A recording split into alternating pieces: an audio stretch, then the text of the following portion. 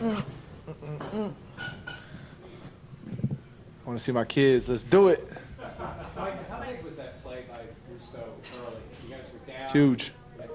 Huge. They came out that first drive and them boys are ready to go. Drove right down the field on us, so that's obviously unfortunate. We got to do better in that situation to start the game.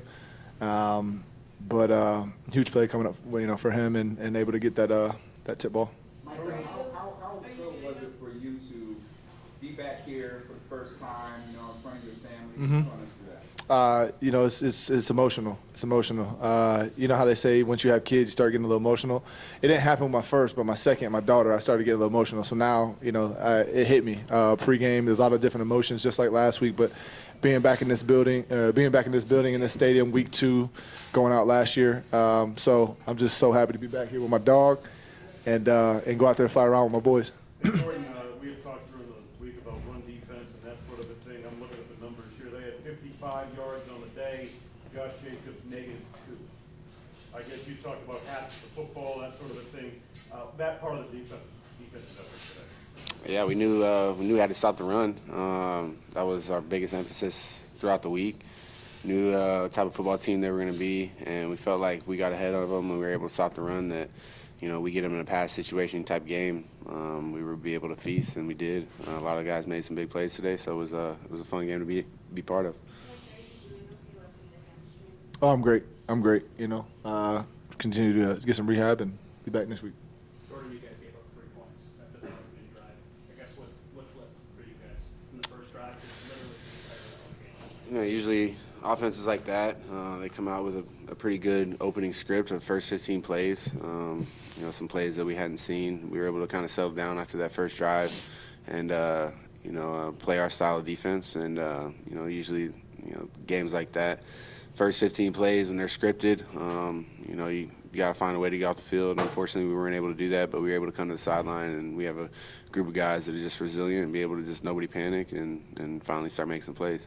Mike, I know you need them all, right? You want to win them all. But last week you said you guys kind of gave it away. It felt that way.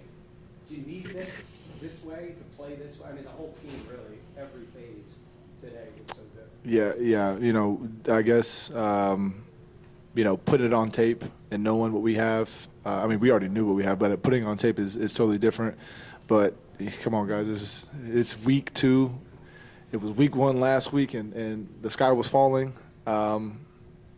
This is week 2 in an early season, and we're trying to go out there and play our best ball, and this is just something to give us a little confidence. Jordan, how much did you enjoy the offense scoring drives today? How much did you do? I think I was saying, and I think we came out there one series in the third quarter. I think they had the ball for maybe 12 minutes in that third quarter. It's awesome to see. Obviously, you want to feed off of that. When they go out down there and score, we got to go out there and get 3 and out or find a way to get a takeaway, and I think that's what we did. That's just complementary football, the style of football that we like to play and the style of football that we want to continue to play. So we're just going to watch the film from this game, learn what we can, and we got a big test next week. Mike, as leaders on the team, you just talked about the sky falling.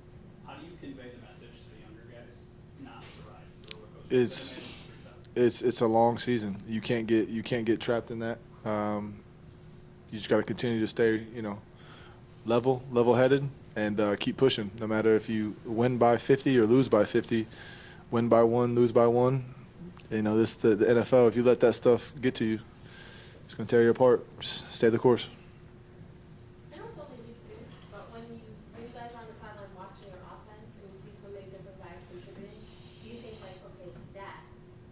that can make us special? Like having all those guys contribute in different Absolutely. Absolutely. More guys that are able to make plays. Shoot, you can argue that on offense, defense, and special teams. The more guys that, are out there making plays for you, the better your team's going to be. So when you get, James Cook getting rolling, Damian Harris rolling, Gabe rolling, Diggs rolling, who's going to stop that offense, So that's something that we like to feed off of, and vice versa. Micah, what was your reaction to Milano's interception and loss?